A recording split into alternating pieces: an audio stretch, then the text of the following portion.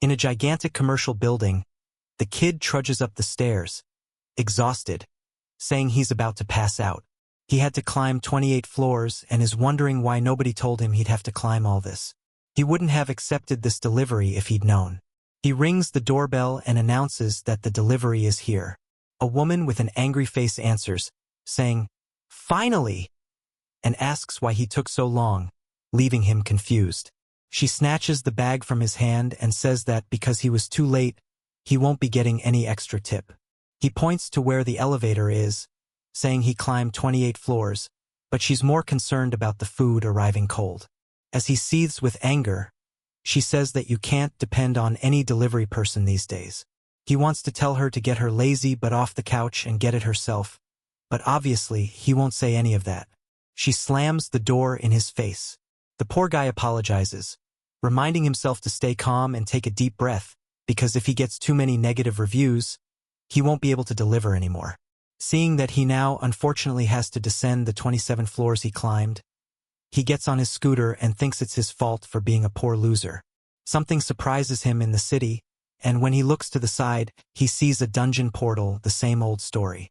A few years ago, portals appeared that you could enter into other realms that were filled with creatures, a threat too strong for humanity to overcome alone. Until one day, the gods selected some humans to give them extraordinary abilities. These selected people would be the ones who ventured into the dungeons and would be called hunters by the rest of the world. But for him to see that portal, he'll have to go around to another street, because it would be dangerous to enter it. Suddenly, he receives a call from his boss, chewing him out, wanting to know what happened on the last delivery, telling him to stop causing problems since he has a lot to deal with, and says that the order he was late on was for an important person, so he won't receive any deliveries for a week. He tries to say something, but the boss has already hung up. He sees in the iFood app that the woman from the 28th floor threw the food in the toilet because she said it was old and cold. He wanted to call his boss to explain what was happening, but he was being ignored. Now the kid is screwed. He's already behind on rent. Staring at the portal, he just wonders why he can't be one of the chosen people and live a peaceful life as a hunter. Exhausted, he just wanted to go home and calm down until a harp sound plays on his phone, saying that he received a delivery request. That window surprises him since he's never seen it before, but he decides to click it out of curiosity, and in a flash, when he opens his eyes, he's in a kind of heaven. In front of him is an imperial palace and a bunch of Pegasi flying in the skies. He's scared, wondering where he is. Is this a dream, or will he finally be chosen by some mystical being? Nothing has even happened yet, and he's already crying with emotion, thinking that his life as a delivery driver is over. But that's when he realizes that on his phone he still has a delivery to make, and it's even showing a map. He's confused because the delivery says to pick up some nectar. Since he has nothing better to do, he decides to accept. As soon as he clicks, the golden gate in front of him opens. He swallows hard, wondering where he's going, and starts riding on the clouds, passing by the castle. Looking at his phone, he's scared. That place is exactly where the map is indicating, but it's surreal. It really is where the gods live. He enters a palace with giant pillars. In front of a huge door, he wonders if that's where he's supposed to receive the stuff. Hesitantly, he knocks on the door, knowing that if there's a god there, he might have a chance to become a hunter. Someone hesitantly opens it.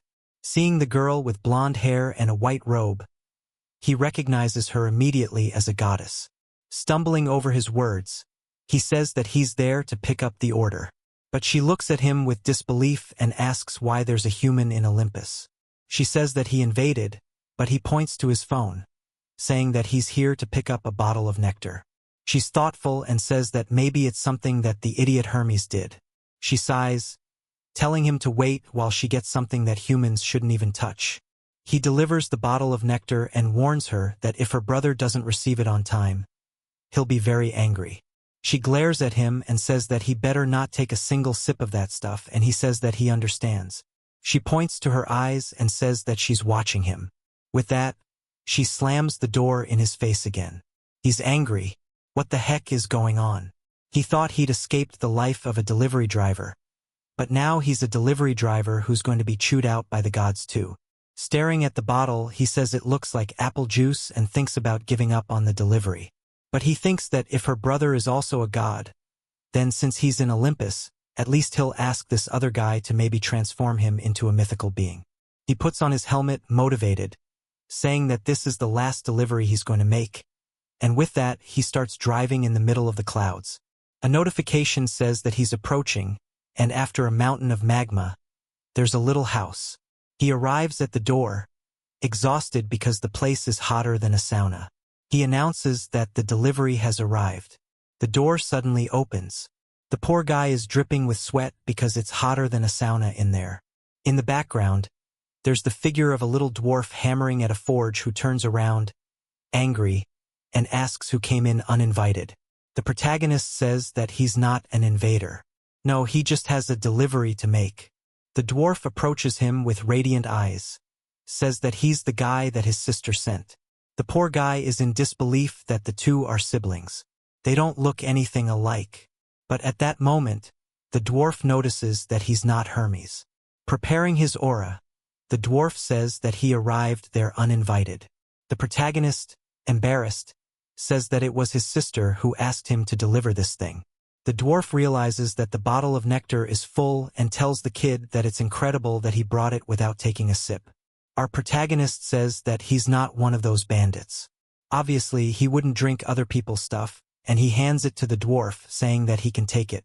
The dwarf starts laughing, saying that he's a very honest citizen. A sip of that nectar would have transformed him into a god, but he didn't feel any temptation. At that moment, the protagonist gets confused upon hearing this, already thinking that if he took a sip, he would become a god. Now he's motivated to open the bottle, saying that the life of a delivery driver is over. But something happens. The dwarf takes it and pulls off the cap. The protagonist tries to say something, but it was too late. The guy already took a big gulp, throws the bottle on the floor, saying that it's even better when you drink it all at once. The kid is devastated while the dwarf says that it's been a long time since he tasted such fresh nectar. Introducing himself as Hephaestus and asking who the protagonist is, he says that his name is Hajun Lee. Hephaestus then thanks him, saying that he's very honest. Before he can say anything, the dwarf is already leaving, saying that now that he's refreshed, he's going back to work. But Hajun puts his hand on his shoulder and tells him to wait. The dwarf asks what's up, and he says that he hasn't been paid yet. Hephaestus turns around and asks if he's talking about the delivery fee. If that's the case, he should have already received it, and leaves laughing like a fool.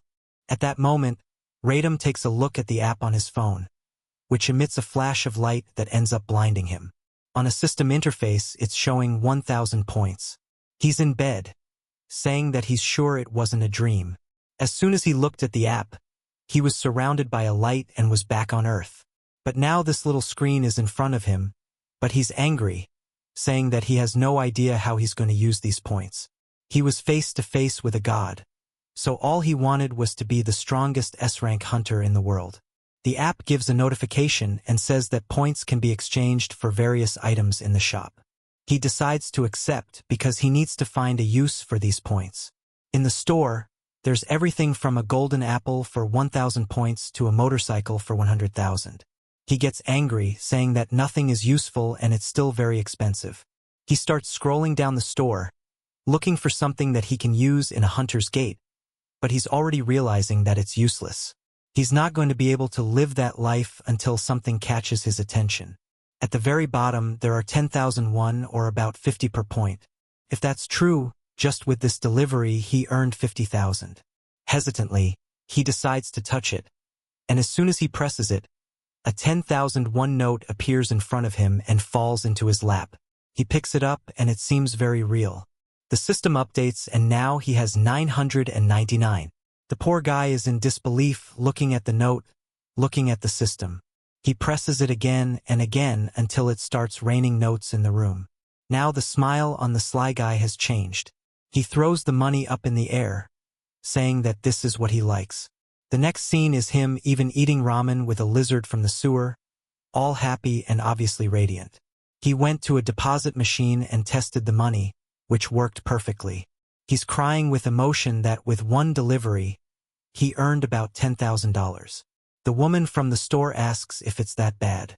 He says that it's actually too good. He's like a crazy person laughing alone in the corner of the restaurant. He's wondering what he's going to do with the money when on TV they talk about the recruitment of a guy. He watches the story that talks about the guild's preparation for the Tartarus Gate, the most dangerous of all. The guy hired is the one who was in the top 5 of the hunter exam and is under contract with the mythical being Hephaestus. He remembers the dwarf's name, the chubby dwarf who for him is now the best customer he's ever had in his life. He leaves the restaurant with a full stomach, and then his cell phone rings. He figured something like this could happen, so he brought his scooter. The cell phone shines, announcing the new delivery, and as always, he is teleported once again to Olympus. He opens his eyes, but this time he is in a giant botanical garden. He's wondering where he's going to pick up the delivery when someone calls his name. Hajun Lee. A girl appears, introducing herself as the goddess Demeter. Hajun greets her, and she says that she heard about him from her nephew. He asks who this nephew is. She says that it is Hephaestus. The poor guy imagines that someone is messing with this family because nobody looks like anyone. Then she says that apparently he didn't drink any of the nectar and wanted to know if she could trust him to deliver something. Obviously, he says that he delivers anything because it will be easy money. He imagines that this time he will receive something insane. Demeter activates an energy in her hand and makes a lunchbox. He's a little confused, but she tells him to deliver this lunchbox to her daughter, explaining that unfortunately the gods cannot leave their palaces without a good reason. Hajun didn't expect something so simple, but at least it will be easy. Suddenly, she has a cold chill and the whole garden turns to rot from one moment to the next. He looks around, wondering what's going on, but she's already leaving, thanking him. The poor guy hopes that nothing goes wrong with this delivery or that it is not a bomb from the gods. He puts it on the scooter, imagining that the goddess would not send something like that to her daughter. He decides to take a look at the destination, but something catches his attention and the flash of light brings him back to Earth, which leaves him confused, but the app shows that the delivery is really in Korea. That's when he remembers that the goddess said that they couldn't leave their palaces without a good reason and imagines that it's something like that. Apparently he will meet her daughter when he gets there. He has never been so excited about a delivery before, curious to know how many points he will receive. Upon arrival at the destination, he takes off his helmet, saying that it is a joke. The delivery is telling him to enter the most dangerous dungeon in the world, the Tartarus dungeon, which is known as the Cemetery of Hunters. But he says that it shouldn't be that. The daughter must be right in front of the gate. But the cell phone says that the destination has been updated and the map is clearly from inside Tartarus. He shouts, saying that he's not going to enter that place. He will cancel this order, but just below the 1-hour limit, it says that if he cancels, he will receive a divine punishment and a timer appears, saying that he has 42 minutes or he will turn into a pig with human consciousness. Now isolated, he wonders what kind of punishment is that. He should have at least checked the information, but that doesn't make any sense. First, there is no way to get past those guards in front of the gate. The psycho starts thinking about all the foods that are made with pork. That's when the system window appears again, saying that if he needs any assistance, he can take a look at the shop.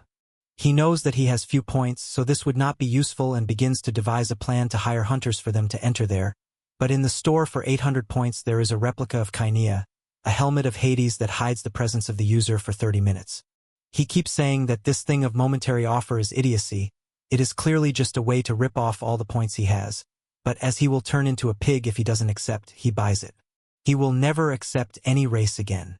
The helmet appears and he accidentally tries to grab it, but the thing comes out rolling. He is a fool.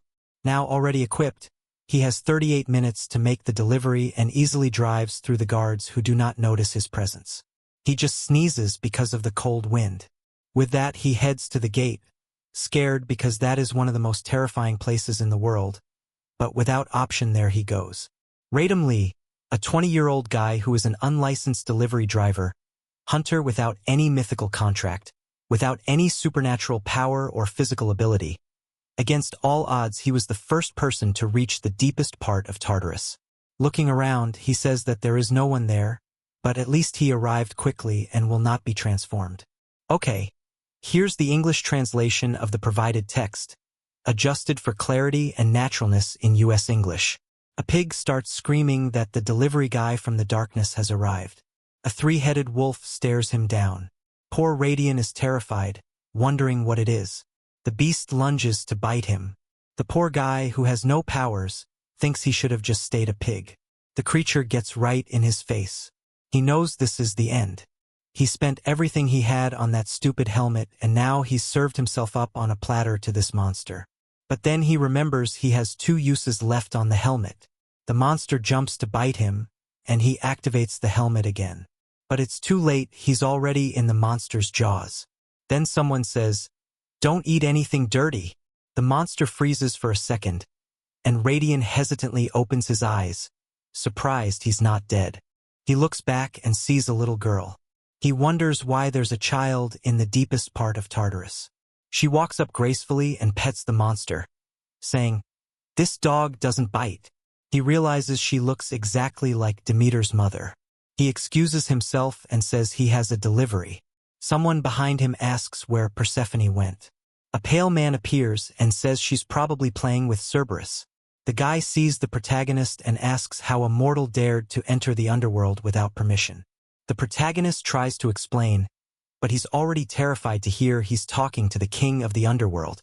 Hades says he's the first human to come there in a long time, since Orpheus. An aura surrounds Radian and crushes his neck. He can't breathe or speak. Hades says Orpheus went there to rescue his dead wife, but this kid came to steal his helmet. But as soon as he touches it, he realizes it's a fake. Persephone says they should hear what the boy has to say. With that, Hades releases Radian, who collapses. He asks why he entered his domain. With difficulty, he explains he's there to make a delivery. Hades wants to know if it's a delivery for him, the god of the underworld. The protagonist says that's not the case, and he brought something his wife sent to her daughter. They all look at each other confused. Hades wants to know why he's making the delivery and not Hermes. Trembling, Radian says he doesn't know why, but that's what he was told to do. Persephone recognizes it as a lunchbox sent by her mother. Hades asks if Radian didn't say his wife asked him to bring it to her daughter. The poor guy says yes, she asked him to bring it to her daughter. Persephone explains that it was made by her mother-in-law, and the girl is overjoyed that it arrived warm. Hearing this, Radian wonders if those two are a couple. He points at Hades, saying he's disgusting and too old to. He covers his mouth, realizing he spoke without thinking. But Hades heard him perfectly and tells him to repeat those words to the king of the underworld. The protagonist starts rambling nonsense, trying to apologize but trembling. Hades just stares at him and starts laughing like an idiot. The protagonist is lost. Hades says he never imagined a human would dare to insult him. The god of the underworld asks Radian's name. Radian answers, trembling. Hades says this is the first time, so he'll forgive his insolence, but if he does anything like that again, he just points his hand, and Radian is surrounded by energy and understands exactly what will happen. With that, Hades says the payment has been delivered. He can thank his mother-in-law for that. The window flashes, and this time he receives 10,000 points, plus 5,000 extra from the god of the underworld. Hades even gives him back the helmet, saying he can keep that junk. Radian starts trembling and, with a huge smile, thanks him. The scene changes to an exhausted guy facing a dragon. He prepares for combat. He's the captain of Team 1, a combat-type hunter of the Unra Guild. He unleashes a sequence on the dragon, but it retaliates with a grab to his chest. But someone else is attacking from behind. They come with an aura blade, and the dragon notices, but the attack has already landed.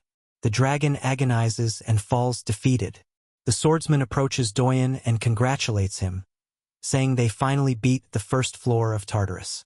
This guy is the guild master and the world's rank TR. His name is Songjun Park. Everyone there is celebrating, and he says it's a great day since their guild has now reached the deepest point in Tartarus. But everyone is really exhausted. Songjun thanks Doyen, saying it's all thanks to him. Doyen is touched, saying he's not that good. Everyone is hugging, saying they'll stay together forever. Songjun tells Iron, the world's rank 17, to calmly deal with the dragon. She says she understands. The boss says he understands she wants to collect a lot of mana stones. But that's okay. But she senses something coming from the dragon at high speed. The group stares into the void, knowing they're exhausted and it will be difficult to defend themselves. Songjun tells everyone to prepare, and Eren says it's coming. The leader says if things get difficult, everyone should run, and he'll try to hold off the monsters. But the guys are emotional, saying they'll fight with him until the end of the world. He smiles, but Eren warns that it's arriving now. From a distance, they hear the sound of an engine and see the shadow of a motorcycle coming with a helmet. Doyen is shocked. What the heck is that? He calmly excuses himself, saying he's just passing through. Seeing the dragon, he says they're amazing and it's a good thing they're there because the helmet's effect was about to wear off. He looks back, gives a thumbs up, and tells them to be careful because from there on there are creatures with dark magic. He speeds off on his little motorcycle. No one in the guild has been able to say a word. They are so confused. The next scene shows the number 150 million. If it were a measure in years, you'd go back to the age of dinosaurs. The number is close to the entire population of Korea. Normally, you receive 3,001 for each delivery, or about $3. He would need to make 50,000 deliveries to reach that total. But this is the exact amount he would receive if he exchanged his points now. The rascal is grinning from ear to ear. He's been staring at this number all day. Of course, he was terrified of turning into a pig. He was almost eaten by a dog. He was almost strangled by the god of the underworld. Thinking about it, he suffered a lot to receive this money. But now he smiles and laughs. In the end, nothing matters because he earned a lot of money. The weakest capitalist wants more, obviously. He says from now on. But then his stomach rumbles. He realizes he should go eat something. Maybe a beer with fried chicken. Meanwhile, Songjun was participating in a conference. He's exhausted and goes out to talk to the members. After that, he has to talk to the president of the Hunters Association. The guy doesn't have a second to rest. Doyen asks if he talked about the motorcycle courier at the conference. He replies that he didn't. For now, he prefers to keep it hidden since no one has any idea where that guy came from. They should have chased him down to ask some questions, but everyone was exhausted and didn't know what to say. But obviously, everyone in the guild is curious. The blonde says he was wearing a strange helmet and riding a little motorcycle. Maybe it won't be that hard to find him. But Songjun tells them not to worry too much since their goal is to conquer the dungeons and not find out who the mysterious guy is. Then he tells the two of them that they need to make new weapons, so they'll have to go to the mining dungeon. Doyen tries to complain, but he has no choice and asks what kind of metal he wants. Songjun thinks for a moment and says he wants something called celestial metal. Meanwhile, our protagonist is eating his chicken. He was eager to eat until his cell phone rang. He jumped because he didn't want to miss any requests from the gods. He was hungry, but there was a flash of light and he found himself surrounded by mountains and, right in front of him, Hephaestus's house again. That's when he realizes he forgot his motorcycle and helmet. As he questions this, someone is on his back. Suddenly, he hears his name. When he turns around, it's Hephaestus with tears in his eyes. Doyen asks why he isn't inside the house crying. Hephaestus says he was kicked out. Radian is confused and asks what he's talking about. He explains that he was drinking and eating with his brother Dionysus until someone appeared, calling him honey, and asking why he was drinking again. With that, they were both kicked out, and she said they shouldn't even think about coming back. Dionysus left right away, but the little dwarf is there, abandoned. Radian says he understands, but what does he want him to deliver? Hephaestus says anything to drink or eat. Since he was kicked out, he hasn't eaten anything. He begged, but not even his sister has nectar, and now only Radian can save him. Radian kind of understands but has no idea what a god eats or drinks when he's down. Hephaestus says if he could have some kind of meat with alcohol, that would be perfect. Radian goes to his cell phone and tells him to wait a second. The flash of light happens while the dwarf is lying on the ground. Then he smells something. Radian appears with the beers and chicken he bought, saying he's happy to share. Hephaestus says he has no idea what that is, Our guy explains that it's a common combo in Korea. Hephaestus becomes radiant again among the mountains and the dwarf is extremely happy, saying he's never had such a refreshing drink in his life. He also thought that piece of chicken was very small, but when he bites it, it has the best taste he's ever had. Doyen wonders if this guy really is a mythical being who doesn't stop thanking him. The dwarf says he'll give him a great reward. At that moment, the cell phone rings, and when he looks he earned another 15,000 coins from Hephaestus. The rascal can't believe he earned 50,000 just to deliver some chicken, and the little dwarf even says that if he needs anything, just call him. That little dwarf is the most lovable guy in this world. He wanted to hug him. He goes all lovingly when someone is approaching. A voice calls out, "Honey," and they both turn around. At that moment Radian gets a shock. She asks why he is drinking again. Boy, what is this? This is the goddess of abundance, folks. The protagonist even starts to cry at her beauty, saying he has never seen something so beautiful. He doesn't understand how she is married to that crybaby dwarf and how he is suddenly on his knees. Hephaestus starts to explain himself, saying he is eating there only because he was kicked out of the house. She makes an angry face, saying that apparently he is completely right. The dwarf gets a shock and Radian says that he better apologize. He then calls out Radian's name and introduces himself as Aphrodite. She really is the goddess of love. She apologizes and Radian says that there is no problem at all, he is there just because he was hired. Listening to that, the dwarf asks if he can deliver something and he doesn't know what to answer, and Aphrodite says that he is an honest boy apparently. He is now motivated, saying that she can count on him since he is the delivery man of the gods. The dwarf said that he liked that information a lot, but in reality Radian wanted to deliver something from Aphrodite. Darn it. The dwarf then tells him to look for some materials that he needs for the forge. The location is right in his city, and what he is looking for is also the celestial metal.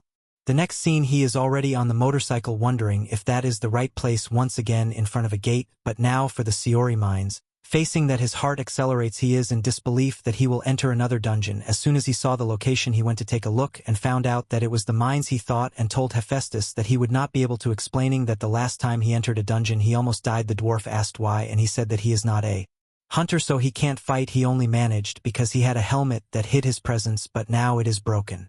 Hephaestus says that if it is a helmet that is broken, just hand it over, he can fix it. All excited, he gets up and says that he is the god of blacksmiths and can fix any mythical treasure.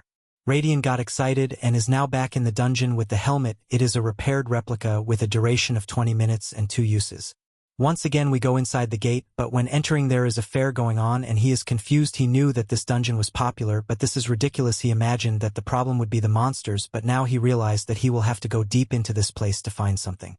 Meanwhile, Doyen is there calmly eating. After driving for 30 minutes, he finally found an empty place. The only problem is that the terrain is very bad and his motorcycle is shaking all over. At least on the wall he is starting to see some minerals, but what he has to find is the celestial metal, which is a piece of or that shines in a red color.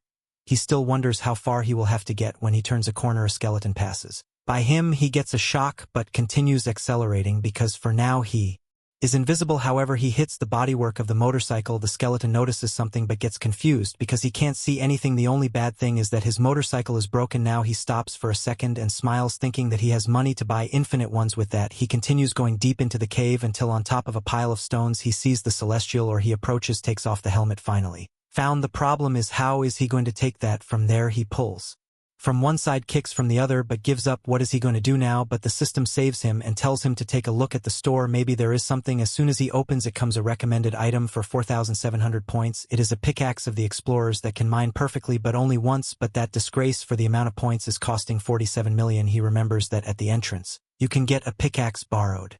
Okay, here's the translation of the text into English, US, with some minor adjustments for clarity and natural flow. So, for 10,000 he takes off, saying he's not spending any money here, no way. The problem is, seeing his motorcycle, it's clearly not in the best shape. Knowing he might not even make it back, the right thing to do is risk it, since he's already spent the 4,700 and has it in hand. Later, he can just charge Hephaestus for it. He goes to hack at the ore, hitting it right on the spot, and like magic it breaks off the rock and the pickaxe falls apart. The ore goes rolling down the mountain, and he chases after it like a fool. He tries to lift the thing off the ground, but it's incredibly heavy. After struggling, he manages to throw it onto the bike, thinking how much easier it would be to go straight to Olympus from there. But just then, A stone ogre appears behind him. He's not wearing his helmet and gets a shock. The creature lets out a roar that shakes the whole cave. In another part of the area, Rutoyum was fighting some skeletons. Hearing that noise, he wondered what it was. He felt something approaching from the darkness and prepared to fight whatever it was. It was Raijin, speeding up, telling him to get out of the way. Dao recognized him as the same guy from Tartarus, but the protagonist just sped past, telling him to run if he valued his life. He didn't even get a word out before the guy was gone. Then he heard something behind him, and when he turned around, the ogre was looking right at him. He ran away in a panic, yelling that he needed a ride. The scene changes to Raju yelling, saying he almost died again. Hephaestus says he's really good at delivering quickly, but our guy is cursing, saying he should have warned him it was so dangerous. The dwarf is confused, saying there's nothing there that puts your life at risk.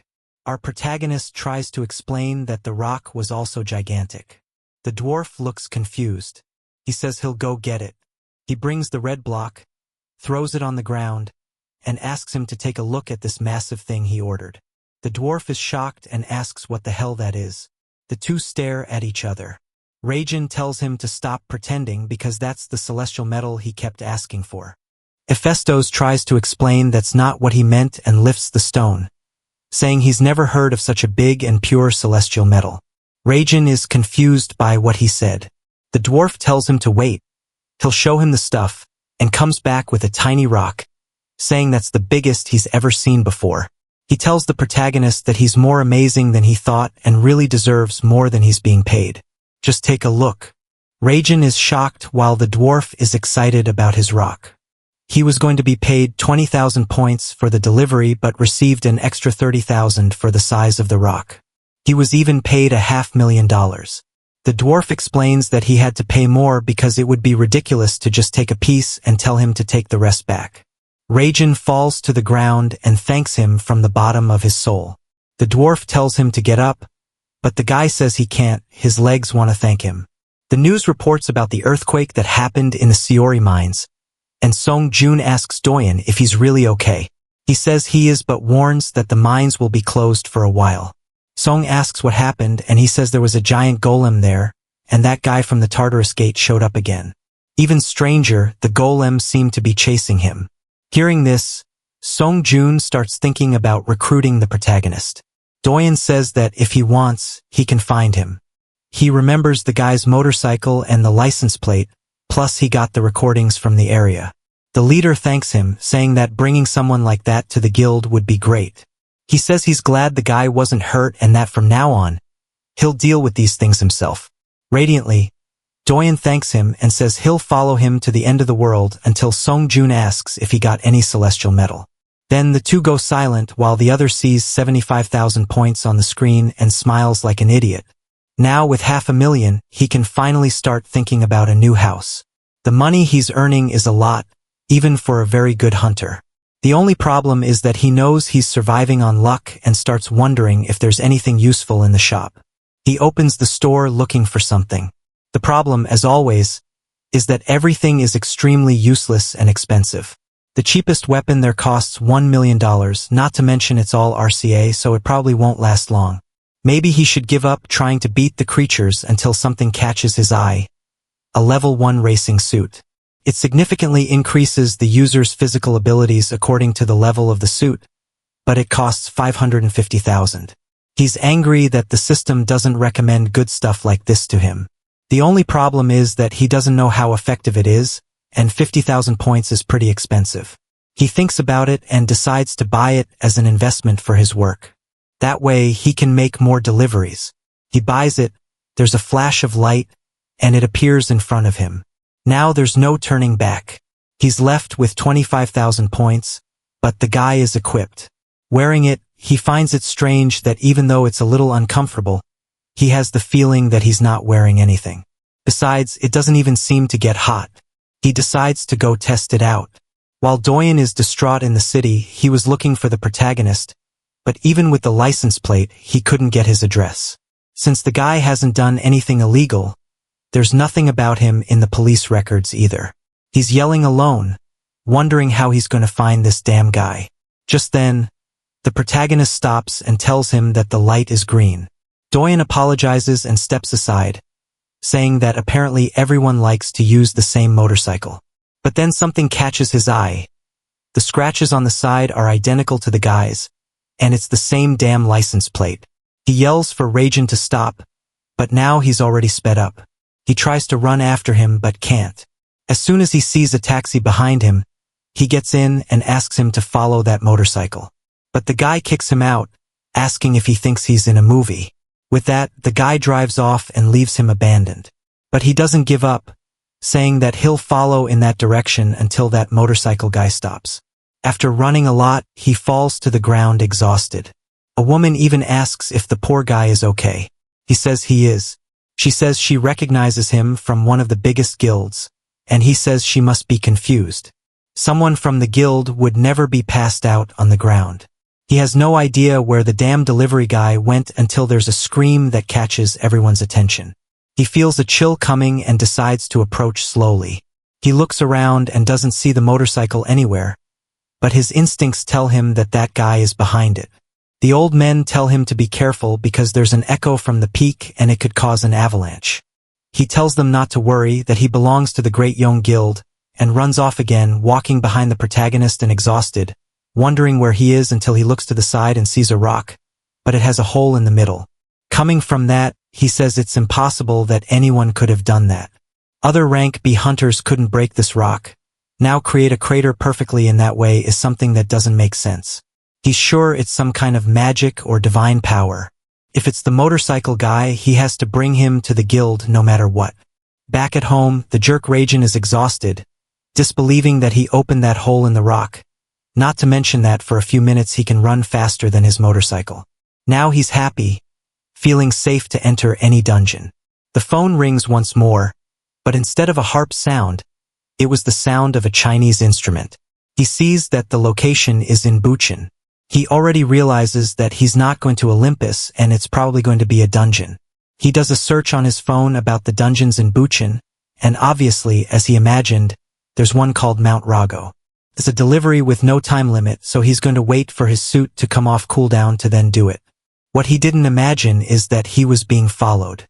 The blonde from the guild was just watching him. Song Joon already found out everything that Dawn told him, who warned that if they spread hunters throughout that region, they would surely find him. Song Joon said that it wasn't possible because they didn't have a photo of the guy, but Dawn told him to relax and showed him a perfect drawing that he made of the wanted motorcycle guy. The leader asked if the guy's thing seemed stronger than him. Truthfully, Dawn tried to explain about the rock that he saw pierced. It's not something that a top hunter can do. Now they are motivated to recruit the protagonist before the Black Dragon can find him. Even though Yongwang is currently at the top of the guilds in Korea, the second largest guild, which is the Black Dragon, has been growing a lot in recent years, but they are the type of guild that commits any illegal activity to increase their influence. The leader says that they can't lose someone so good to a guild like that, especially because lately they are becoming more and more suspicious. Dawn says that he can trust him, that he will be able to recruit this guy. The next day, when Raijin arrives at the mountain, it's full of people at the entrance, but he saw that this place wasn't popular. As he approaches, the guy tells him to stay put. He gets a shock, but actually the guy was talking to a little boy right behind him. He hears people talking that there's something related to the Black Dragon Guild. He had already heard that this was one of the guilds that liked to monopolize some gates, but he enters since it's none of his business. As soon as he enters the dungeon, he receives a message that he's close to the arrival. He walks a little more. The phone says that he's right next to it. He finds it strange, and that's when he looks to the side and understands that they want him to climb to the top of the mountain. Remembering the stone golem, he's scared, but now he's with his suit, so he's confident that he can deal with any creature. He takes off his helmet and is prepared, but someone calls for the delivery guy. A face on the ground calls for him. Raijin gets a shock. It was the head of a monkey talking to him. The monkey tells him not to be so scared. Has he never talked to one before? He's kind of speechless and asks if it was the monkey who ordered the delivery. The monkey says that a child with a winged hat said that if he wished hard enough, someone would appear to complete the order. Raijin wonders if this child with a winged hat is the one in charge of all this. The monkey then says that there's something that he wants him to get. The protagonist says to just ask. He then says that first he will introduce himself as the handsome Monkey King or victorious Buddha, whatever he wants to call him. Some people like to say that he is the great son Wukong. Raijin immediately remembers Goku and approaches, asking why the monkey is down there. He says that he was punished just because he stole some peaches from the Jade Emperor's tree. All he wanted was to take a bite, but as soon as he touched it, he was imprisoned here under the mountain. Raijin says that he understood and asks what he wants him to get. Kong says that it's nothing much, just follow in the direction of his back. You will find a pile of trash. There is a hidden box that he wants him to get. Raijin is thinking about this and sees that it is 6 miles away, as it is not far. He says that he will be right back, and with that he leaves. But a little monkey releases a smile in the middle of the forest. Some adventurers wonder if that is the boss of Mount Rug. Sitting on the ground is a gigantic golem. A girl approaches and tells them not to fear, guys, that's the master of the Black Dragon Guild and she is very dangerous, Jahan her name. She knows that the Yongwang Guild managed to advance the first floor of Tartarus, but if they manage to defeat this boss of the 8 trigrams, they may be able to conquer the position as Guild number 1. She then orders everyone to attack and the blonde behind gives the order for the tanks to march forward. But the guys are hesitating, saying that that thing is not even moving but there is something wrong. As soon as he steps on it, a crater opens and the creature begins to rise. The monster is big enough to cast a shadow on the entire team. A roar of the monster and everyone in the guild is shaking, saying that there is no way to face that thing, but the blonde behind warns that whoever deserts the mission will be killed by the guild. The adventurers say that it is impossible to defeat such a creature with these horrible weapons. But at that moment a redhead shouts for everyone to enter the combat stance. If they don't concentrate, they will be crushed. Now the people agree and hesitantly approach. The blonde asks the redhead if she thinks that this plan will work. She doesn't seem to care much, saying that she doesn't know either. Over there in the forest, Raijin was walking with his motorcycle until an earthquake started to happen and even some monsters were running in the same direction. Seeing the smoke from afar, he knew that good things were not happening. But as he still had the cooldown of the suit, he was confident and decided to go take a look. The adventurers there were being smashed, a stamp on top, and obviously they were going to the afterlife. The people in the rear guard were trying to give support, but those arrows did nothing to the fallen monster. The redhead realized that nothing there was working. A mage from the leader told her to do something since he was there to enroll and not to fight. But Jua says that if everyone there gets out alive it would affect the reputation of her guild. The guy is confused, but there is already a punch coming in the face that hits him in full, and she warns that they are only there to help her win this place. The people who couldn't hear anything because of the battle continued to advance. The redhead used a jump ability to throw herself on the golem and hit an ability right on the head. He warned everyone that he had created an opening and they just had to attack, and with that everyone began to surround the monster. After much effort, it fell to the ground. The people celebrated, saying that finally the attacks began to work, all of them. They celebrated, saying they were going to make it out alive. But the golem suddenly woke up. Some of its gears heated up, and it began to rise again. Jahan looked as animated as he was when entering Phase 2. He now seemed bigger and stronger. Behind him, Radium watched everything, wondering where the like was on this video. You guys, do you remember that last chapter ended when Radium was inside the dungeon, where the monkey had asked him to fetch a bunch of trash? As soon as he arrived, he left a like on the video. But outside, Duan was saying that yesterday he was in Suwon and today he's going to Buchan. The poor guy is exhausted from having to look for Jun so much. At this rate, he's going to go through the whole province. When he arrives in front of the entrance to Mount Zhangju, there's no one there, and he finds it confusing. A chubby guy with glasses appears, calling out to him. Duyun asks where this chubby guy came from, telling him to be careful with what he says, telling him to just say who he is. Duyun responds with his name and asks what the guy is going to do, already certain that this guy isn't from an association, probably from the Black Dragons. He passes the guy, bumping into him, telling him to get out of the way. The chubby guy keeps insisting, telling him not to enter, but he knows he can't do anything, so Duyun just enters. But this makes it obvious to Duyun that if they're putting paid people here in front to block people, they're definitely there because of a boss. He starts running, saying he'll have to warn them because people gave up on this place. The true challenge of the 8 trigrams begins for real when the monster enters the second phase. It was at this moment that Arayan was arriving there. Seeing the giant monster with a laser in its belly, he realized that this was the trash the monkey had talked about. Even with the suit, he wasn't confident he was going to beat that thing. Trembling, he wondered what he wanted to do now. But he noticed a really hot redhead with guys nearby and immediately recognized them as members of the Black Dragon Guild. The guys who were trying to give up were pulled back into the fight while begging to leave that place.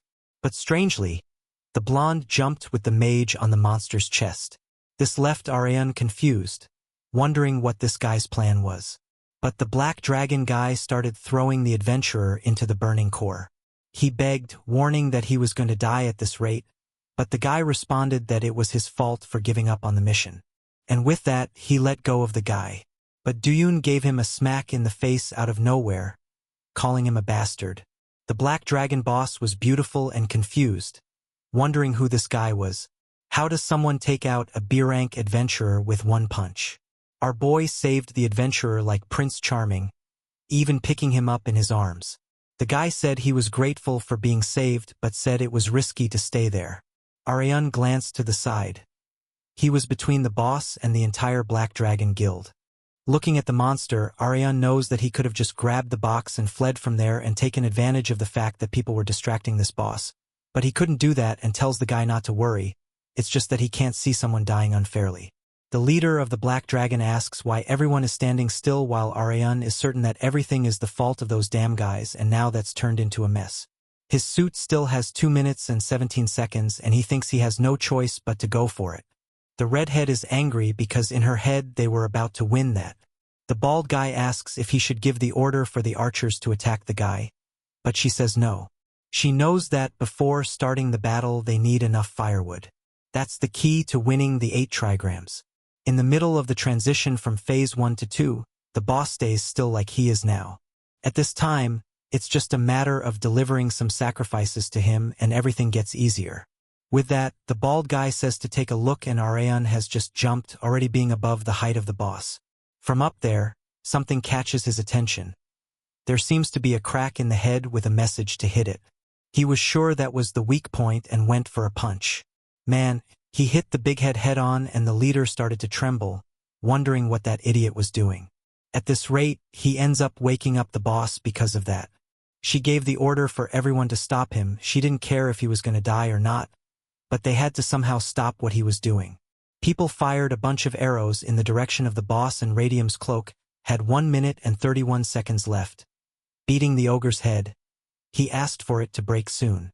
A window appeared saying that danger had been detected and his body seemed to have dodged the arrows on its own. He was scared with that, wondering why those people were trying to kill him. The bald guy told the leader that strangely the guy was the god of dodge. There were arrows even on his back that the guy was dodging without seeing until one of them hit the ogre right in the eye. At that moment he trembled and the eye glowed. The bald guy wondered if they were really going to have everyone stop that guy together and ordered the front line people to go for it. Arayan was wondering when the boss was going to stop. It seemed like the monster was wearing an arrow wig. But then his floor started to shake. The captain's fan fell to the ground and she knew they were screwed now. The creature's eye lit up and now phase 2 was complete. Arayan started saying that it was too hot up there while the people below were trembling. The golem came to step on everyone. Roaring in an impact, the entire army had already ended. The bald guy asked the leader what they were going to do, but the master had no idea. She knew that there was nothing else to be done there. Seeing the golem in front of her, she was sure that everyone there was going to turn into ashes. But up there Aridil hadn't stopped, giving a sequence of punches on the monster's forehead. The master couldn't believe that he was still alive up there. The problem is that his suit only had 10 seconds left. He kept hitting and went to 8 seconds, 5 seconds he insisted asking for that to break. 1 second left he gave a punch exploding the creature's head. When the smoke cleared, Duan had just arrived and was in disbelief seeing the boss fallen. He wondered if the kid had really won that alone and in a way Duyun felt close to Arjun because they seemed to have a similar fighting style, but he didn't imagine he was going to find that guy here soon. He ran towards Radium saying that he needed to call him to the guild today. Down there, The people from the Black Dragon Guild hadn't died and Joa couldn't believe that that loser won the 8 trigrams alone. The bald guy asked what the orders were and she said to capture him as soon as the smoke cleared. She was sure that even though he was strong enough to defeat that, now he would be exhausted and she can't let someone who complicated the Black Dragon's plans pass. But an explosion happened in front of them. It was Duan who greeted the Black Dragon people. At that moment the entire guild recognized him and he said that apparently he was right to think that they were behind all this, already understanding that the guy's plan was to use the new recruits as sacrifices. Juan didn't imagine that he would appear there and ordered everyone to prepare for the fight, pointed in his direction and said that the target now was him and it was good not to lower their guard. Duyun was worried since there were a lot of people there and now he didn't know if he was going to be able to win. What he wanted to know was where Arjun was. At that moment another guy from the guild came to tell her that they were having a problem and she asked what. He embarrassedly warned that the guy with the helmet had disappeared. "Ah, poor you didn't know what happened," and she shouted desperately. Now it screwed up for him who was alone against everyone. He ended up getting involved in all this without needing to. Arjun fled with the helmet since he thought he was going to die. He almost woke up in Olympus and it wasn't because of the delivery. The poor guy keeps wondering why he went to help people since he's not even a hunter and says that he has to remember never to make a mistake like that again. But then something catches his attention on the horizon. He's seeing the city and Mount Sedge. He wonders if the dungeon is spawning because he just killed the boss. Dungeons are formed when gates aren't finished after a long time, and when that happens anyone can enter and kill the boss. But it's something extremely difficult that normally only registered hunters from the association can do. But this time a guy registered as a delivery guy was the person who solved the dungeon. The poor guy is praying that this doesn't cause problems and wondering why he got involved in this here. That's when he remembered back with the monkey. He says that apparently it took longer than he thought. The poor Adam crying saying that this request he made was impossible. The monkey tells him to stop messing around and explain what happened soon. Arjun curses him saying that he had said it was just a piece of tin. But when he got there it was a gigantic ogre that shook the ground with every step, not to mention that there was still a laser that almost burned him alive. Kong says that this is impossible and asks if the 08 trigrams had gone crazy, warning that it's a calm creature that doesn't make any movement until someone hits him. Then the protagonist realizes that if it wasn't for the Black Dragon everything would have been very easy. Now he's motivated to clean the floor with their heads. How do those damn guys have the courage to interfere with his deliveries? The monkey then says that he's already noticed that from what he said he must not have gotten the box. But Arjun says that he did get it. Wukong asks how he did that and Arjun says that he blew up the monster's head and brings the box to Kong asking what that thing is. The monkey gives a chuckle and starts going crazy saying that he's incredible. Even though he ended with that creature in the heavens, the monster that was here on Earth could still destroy any human. He asks what the protagonist's name is and who answers. The monkey then stretches out his hand saying that he met Hajun Lee today. At that moment something comes out of the box, an explosion happens, the wall is destroyed, the poor guy on the floor. When he opens his eye a monkey is holding the staff saying that he owes him one who says that if it wasn't for the boy, he would have been trapped for years in that place. Arjun recognizes that as being the golden staff. Kong whistles and a cloud appears under him and warns Arjun that he's going to have to flee before the Jade Emperor appears. With that, he flies away saying that one day they'll meet. The Adon is desolate saying that he doesn't care about the guy fleeing but he wanted to be paid. But a bag falls on his face. There he and the Wukong says that he's not stingy and the payment is already done. What's inside that bag there is just an extra for the hard work. He asks what it is but the monkey is already gone. The bag is coming out a golden glow. He opens asking himself if that really is just an extra. Sometime later at home Arjun is seeing the news that talks about several allegations against the Black Dragon Guild. Arjun is relieved to know that those damn guys were exposed for everything they did. The guy he saved gives a statement saying that no one went there knowing that they would have to face the boss. The reporter asks about the individual who wore a helmet saved everyone smiling. He says that the guy appeared soon when he was about to be incinerated and alone. He won the 0 trigrams being sure that they wouldn't get out alive if it wasn't for the boy. Arjun smiles thinking that in the end his effort wasn't wasted. He thought he had done something crazy when his body threw itself forward out of nowhere but everything went right and his identity wasn't exposed. But the most important thing is that he was paid, and now he's with 95,300 points, or 70,000 just for this delivery. But Arion feels that he deserved even more because of that boss.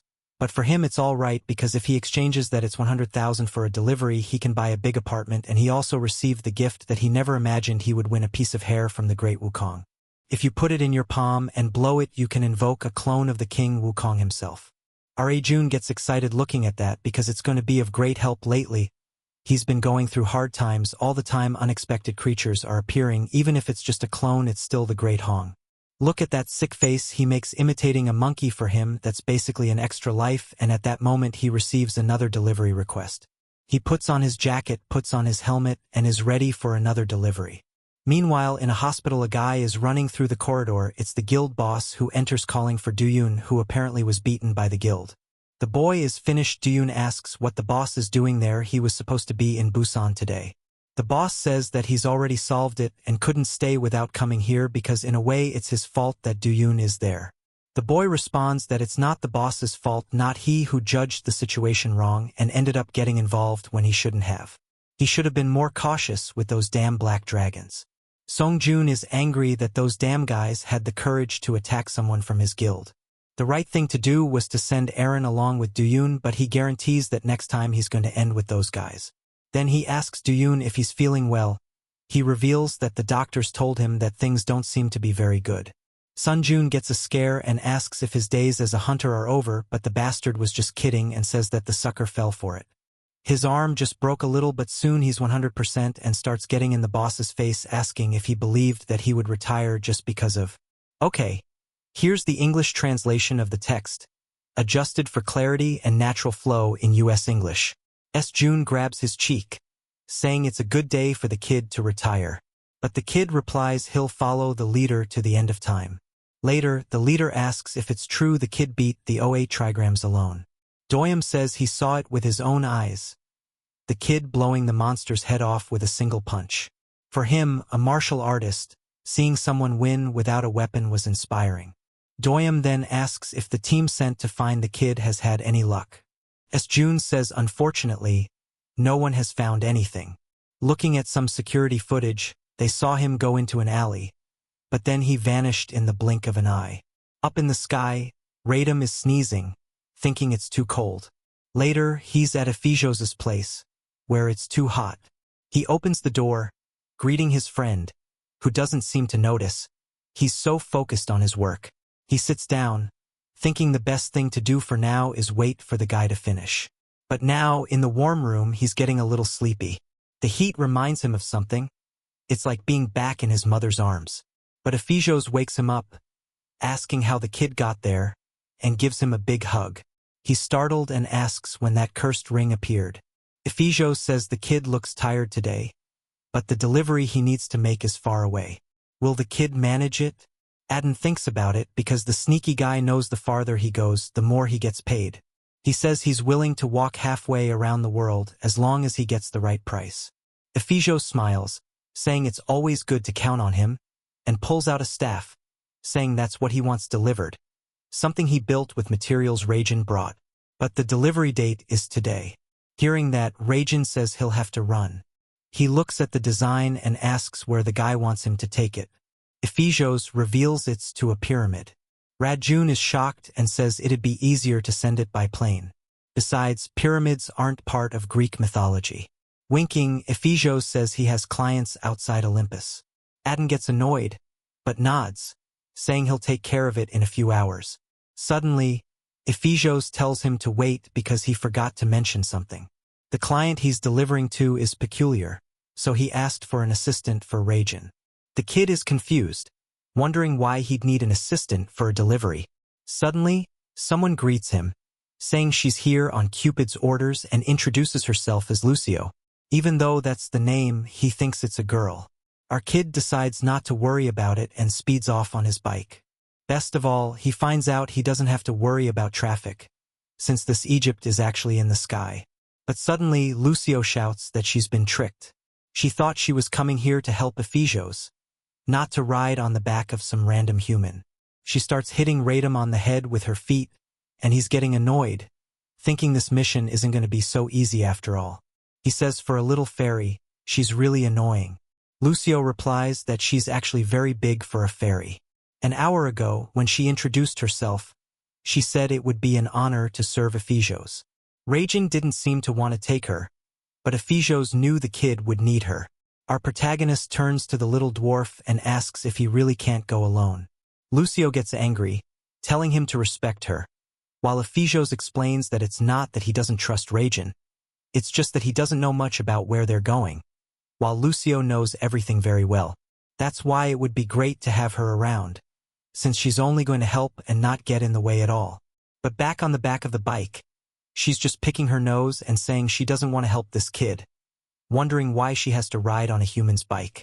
She keeps kicking him in the head and asking how long until they get there. Our kid ignores her, and she keeps shouting, telling him to answer. So he tells her that if she just stays quiet, he'll tell Ephesos she was perfect and didn't get in the way at all.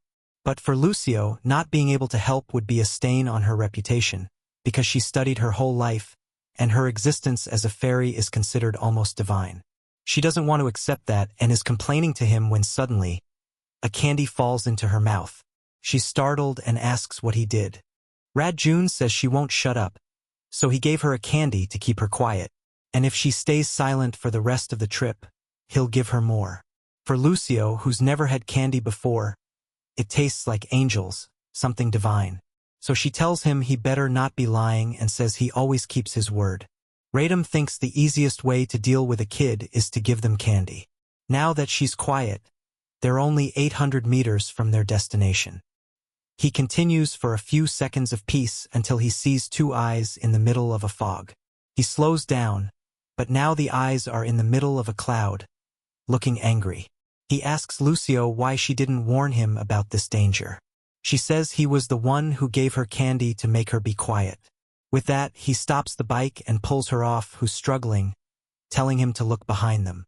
Behind them is a giant sphinx who warns that to pass through there, he'll have to solve a riddle. Lucio explains that this sphinx is dangerous because she devours those who answer the riddle wrong. The sphinx is a creature close to Siphon, who almost destroyed all of Olympus. Of course, she's not as strong as that legendary creature, but Radam isn't very strong either. Seeing the size of the creature, he knows his blows would be useless.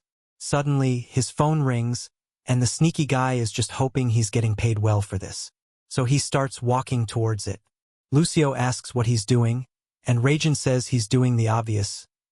He's going to solve the riddle. She tries to stop him, saying it's crazy because he's going to die if he gets it wrong. But Radam is confident in what the Sphinx's question will be, since the riddle is common. And in the worst case, he can use UK Kong's hair. The Sphinx turns to him and asks if he's ready. Run tells her to just say it because he's in a hurry, since he's there to make a delivery, while Lucio is crying, saying the idiot really accepted. The Sphinx smiles and tells him to prepare. Raiden thought the riddle would be, what walks on 4 legs in the morning, 2 at noon, and 3 in the evening? For him, the obvious answer was humans, since that's the most well-known riddle. The Sphinx then asked, what is the sound humans make when they like this video? Just kidding. She asked what sound does a duck make when it falls? Obviously, our boy had a completely idiotic look on his face, while the Sphinx was just staring at the sucker. Our boy wanted to know what this duck sound thing was, while Luo was sure that the sound a duck makes is quack, but she started crying right away. That was too obvious, so no way that was the answer, especially since it's the sound a duck makes when it gets hurt, which she has no idea. Humor took the poor girl that she didn't want to be eaten alive. Someone was watching her through a sphere, a very Egyptian woman who said that those two seemed like intriguing visitors. The Sphinx stared at them once more and told him to answer quickly. The sound of a duck when it falls. Obviously, Raiden had no idea what kind of dad joke this was. That's when he remembered. Hey, he's up against a Sphinx. Not every riddle has a type of secret. Sometimes it's just a play on words. All shiny, the Sphinx says she'll give them 3 minutes or she'll eat them both, and Lu continues to cry there, saying that this will be impossible to solve. Even she, who is a nymph of the elite of knowledge, had no idea, and now she was starting to get angry with this damn Radam because she was going to be eaten out of his idiocy.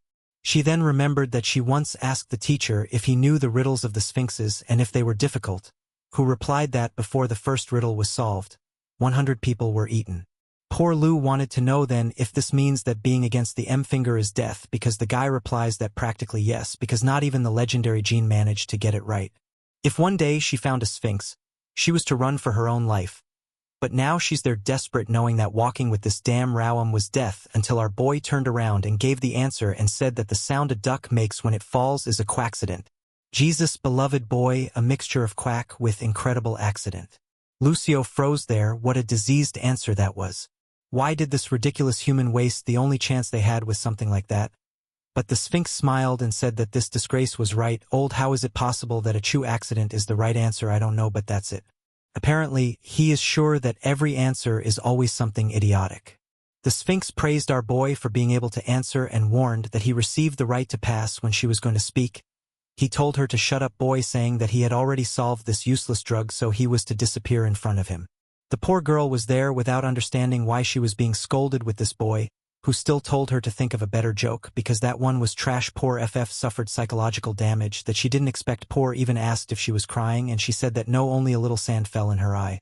Lu, on the other hand, was still in disbelief that this dam got it right, and in this Roddy just warned to hold on, that he was going to accelerate. Sometime later they had already passed through the passage, and Lucy called our boy everything to apologize for what she had said before. In theory she came to help him, only in the end she belittled him.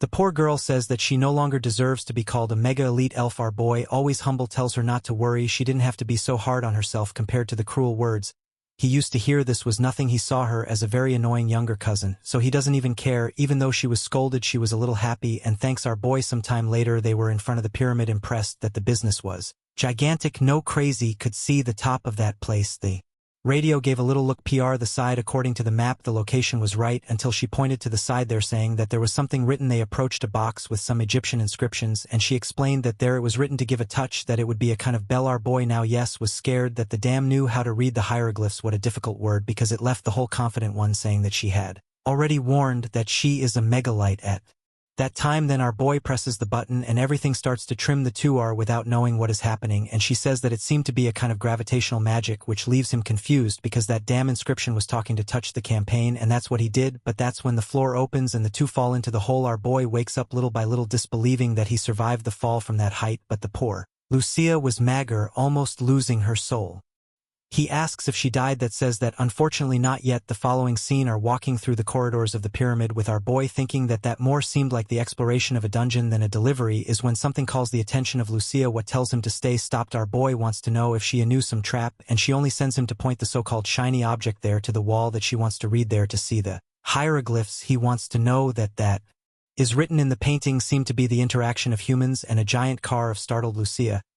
He wants to know that she discovered, that tells that she found out that there exists a malignant goddess who liked to torment the nymphs. She is sure that these illustrations are of her ancestors. This everything is to warn of cruel attacks that happened there, but for our boy these drawings did not seem violent, were more as if it were some kind of festival in a field. On the other hand, Lucia is motivated, saying that she will avenge the ancestors. Our boy, however, sends her to be quiet because the person who lives in this place in theory is their client. Is there that a mysterious leg seems asking that business is this of revenge. The two turn around while the mysterious person wants to know because her house was invaded. Shiny and whole Cleopatra, she says that the two were very rude. The mine was shining more than a light of Millie wanted to know who of him was seeking revenge. Our boy was not able to see anything obviously, but Lucia, determined, already flew in the direction, saying that she was going to avenge the ancestors. Our Pertinho sent her to calm down, asking what the crazy was thinking, while the Egyptian woman smiled, saying that apparently a nymph arrived. It had been a long time since she had seen one of these, and out of nowhere she gave her a hug, saying that she was a very cute girl. Lucia was there trying to get rid of saying to the enemy to release her, while Raiden had no idea what disgrace that was happening. Sometime later this Egyptian girl, very healthy, explained that a long time ago there were festivals for the Enos in this place, and she has always liked them, even more of the new ones like the little girl. It was only a pity that they are no longer there with her. RA is not sure that they left because she keeps suffocating all of them. Really is a very sad death there, is it not, to be suffocated by Cleopatra is poor. Those there is not it, guys. I would never want something like that. Not crazy. It even seems that I would want to die crushed there in the arms of Cleopatra. That's crazy. However, while that she is there crushing the poor Lucy, I saying that she is too adorable. However, the same is crying, saying that she was almost killed. She wants to know why the radio. Okay, here's the translated text, adjusted for clarity and natural flow in US English. The narrator is not helping by asking her to stay calm. The two start arguing like cousins when suddenly the giant woman gets their attention and says she's going to introduce herself. She's the one who commands the two most radiant lands. He is the divine reincarnation of the all-powerful Horus, a pharaoh. The narrator thought she was Cleopatra, but he was wrong. However, the dynamic duo doesn't care about her introduction and continues arguing. Plus, he's confused. He thought pharaohs were kings of Egypt, not gods. Alcio responds that he really doesn't understand anything. There are two types of gods. Those like Cupid or Ephesus who were born as divinities, and those who achieve divinity, like the old lady in front of them. Obviously, she didn't like being called old. And our boy, being bold as ever, says he came there to bring a little gift. She replies that she already knows very well, because she's been following his journey from the beginning. Out of nowhere, the package starts moving and flies into her hand, and she gets all happy, saying the item is of high quality, really well made by a great artisan. The shape is perfect, and she says the delivery man really lives up to his reputation. The poor guy is confused. He didn't even know he had a reputation. But with the delivery maid, he thanks her, saying if she wants to give him a bonus, just send it to Uluz's account. Uluz is ashamed to have to work with such a greedy jerk, but he just replies that shame doesn't put food on the table. Besides, it's with that shameless little bit of money that he buys the sweets she likes so much. Right then, she changes her mind and tells the pharaoh to send a good bonus. But she responds for them not to worry, the payment would be made in the end. She is also known as a generous goddess. Our boy then receives 50,000 for the delivery and 50,000 as a bonus. That's crazy. They've already put our little guy at 195,000, which is approximately $19 million. And Uluz is already there saying that she helped him earn a bonus, so she deserves some candy, because he responds that if she wants, she can earn an entire store. They were there talking when Horus tells them not to take this tunnel next time and use the main entrance. Even though she has good memories of this whole place, it doesn't make sense to go all the way to the basement to receive things. Uluz says that the stone upstairs told them to ring the bell, which is what they did. But the woman explains that it was much easier to have knocked on the front door. That bell was just a trap for when there were guards at the door. After this explanation, either way, nothing mattered since the delivery was complete, and our boy was back at Ephesus's house, exhausted, but at least he managed to arrive in one piece. He tells Lucio to wake up, who is sleeping in his hand. She wakes up all crooked, asking if he's already arrived, and he says yes. It's at that moment that she realizes that they're already face to face with Ephesus's house. She then calls out to Radium and thanks him for the day, saying it was all fun. He wants to know why she's so polite all of a sudden, then remembers that now that the delivery is complete, it's time to say goodbye. And the Radiant One says it was good having her around, even though she never shut up.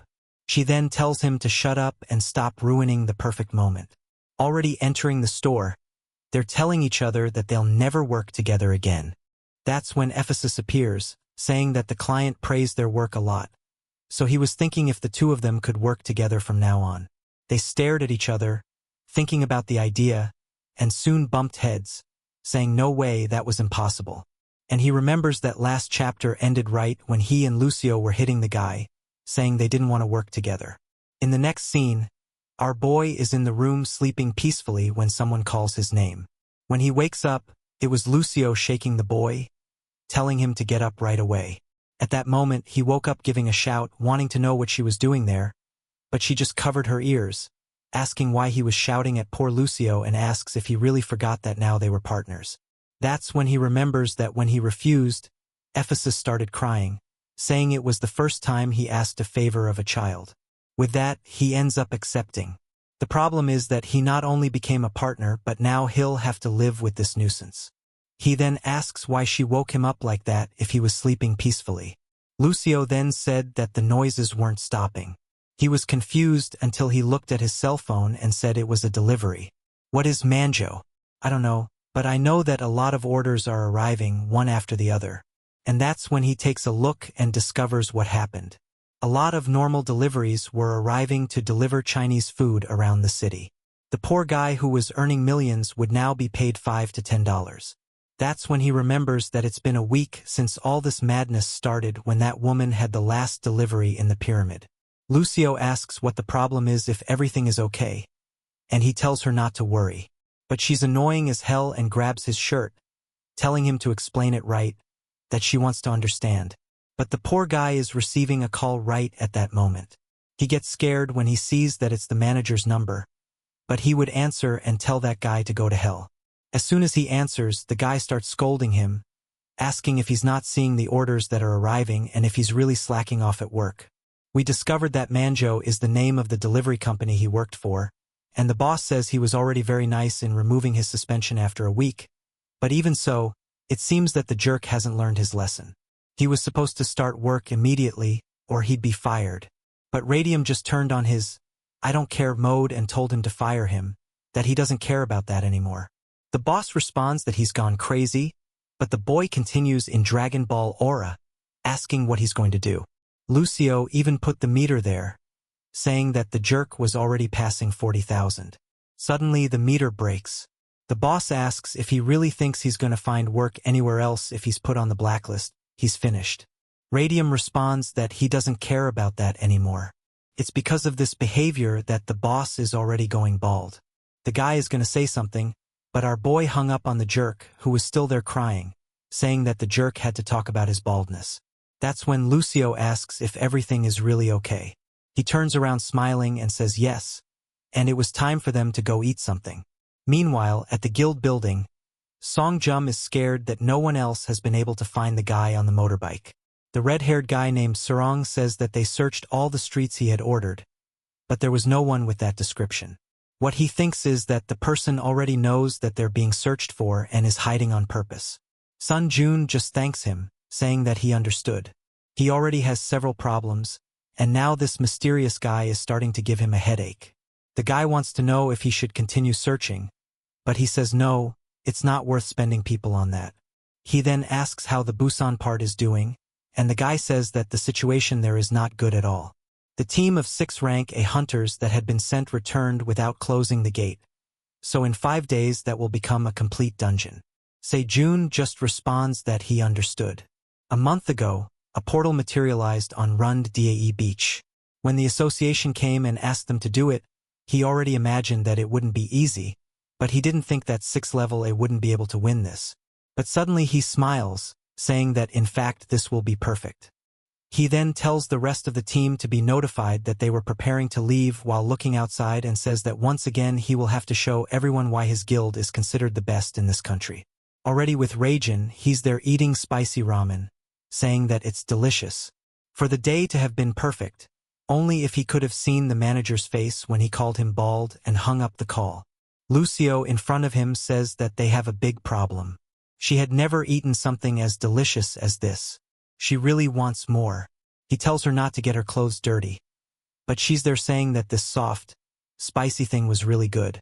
Our boy is thinking that apparently she didn't enjoy life much. Then he says that it was just a bucket of ramen. Even the people who are there next to him say that it must really be a hard life for the two of them, that she has never eaten ramen in her life. And the boy's face, he must be a single father who had a child very early and is now in this situation. Our boy didn't expect that now that's how he's being seen by society. Sometime later outside, Lucio is full, and he wipes her face, saying that he told her not to eat so much, and that he doesn't want this situation, but it seems that he gained a daughter more than someone who will help in the mission. He starts listening to people saying that it's very sad to see such a young boy already raising a daughter alone. Clearly this apartment wasn't enough for him. Our boy realizes that now the entire neighborhood is judging him.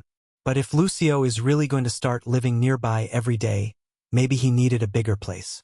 He wonders if maybe it would be good to move. She seems excited, saying that it would be very good to live in a place bigger than that small aquarium he's in.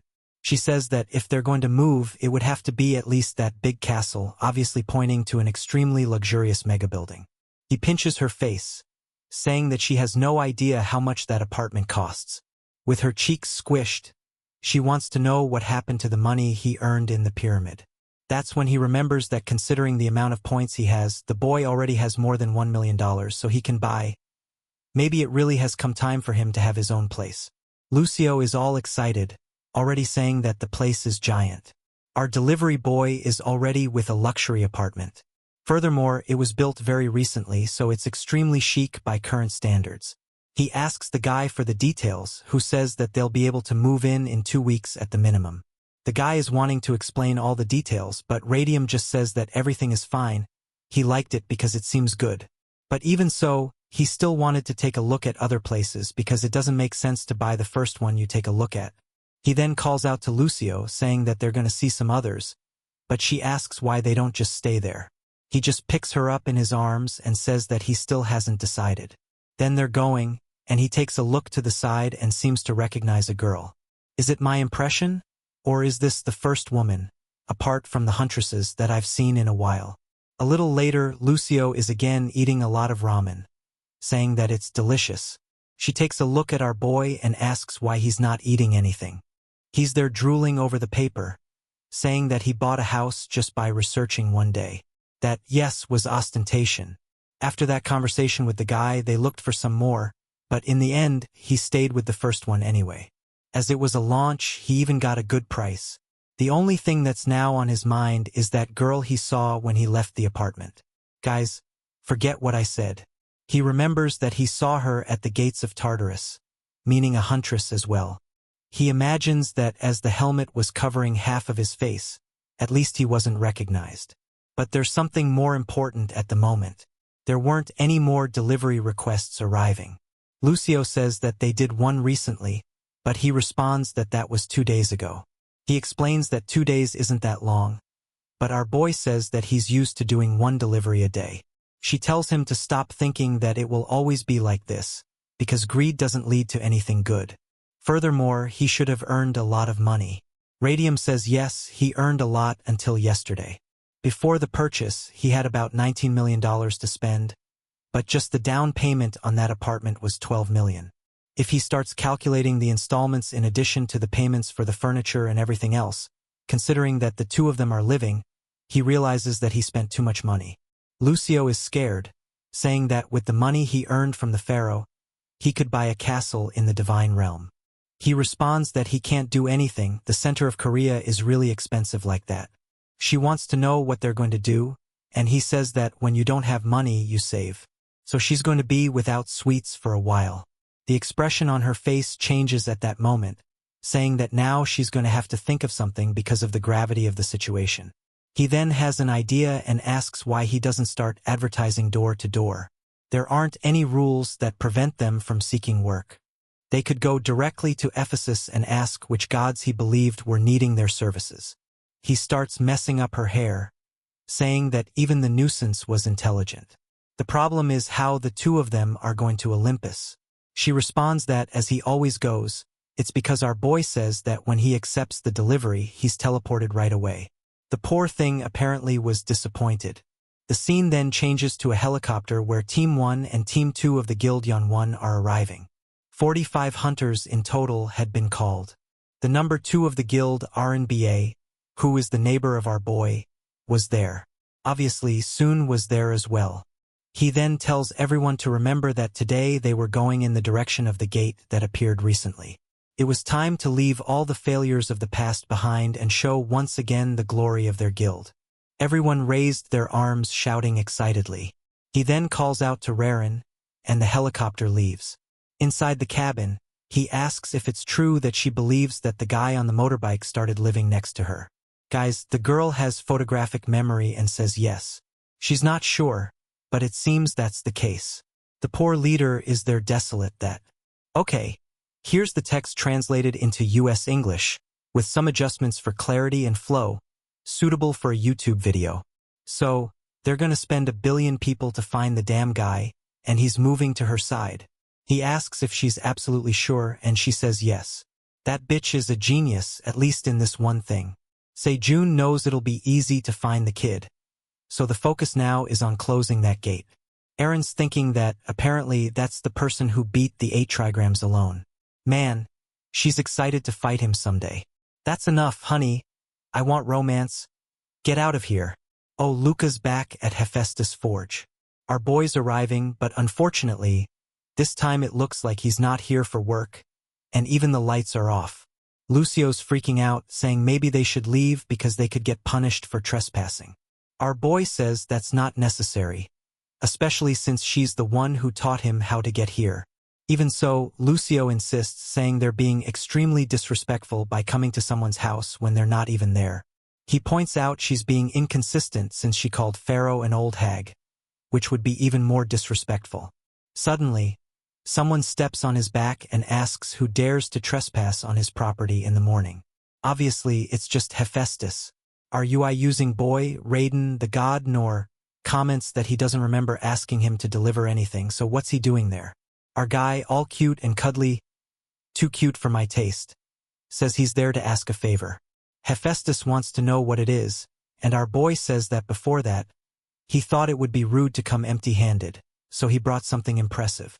The god wants to know what it is, and our boy says it's a fresh bottle of SJU. He knows how much he liked the beer he brought last time, so now he brought this for him to try. The god pretends he didn't like it that much, but then says to just ask for the favor and he'll help Raiden. So, Raiden asks if he knows of any god or goddess who might be interested in a delivery service. The little dwarf gets all thoughtful. He says some names come to mind, but there are some details. The deliveries he knows about that can be made are extremely dangerous. But Raiden's motivated, saying no matter the job, he'll do it. In this life, there's nothing more dangerous than being broke. So, Hephaestus says that since the kid believes he's ready, he'll teleport him. A flash of blue light, and Raiden was about to ask the god's name, but it's too late. He's already been taken away. In a second, he appears in a forest, completely lost. How's he going to do his job if the maniac didn't give him any details? Just then, the system warns that danger has been detected. As soon as Raiden looks to the side, there's a red eye staring at him. A giant, three-eyed demon boar was heading towards him. Raiden tried to protect himself, knowing there's no way he'd be able to dodge in time, until someone from inside the bushes prepared an arrow and hit the beast right in the head. It hit the ground. Our boy turned around, asking what happened and if that thing was really dead.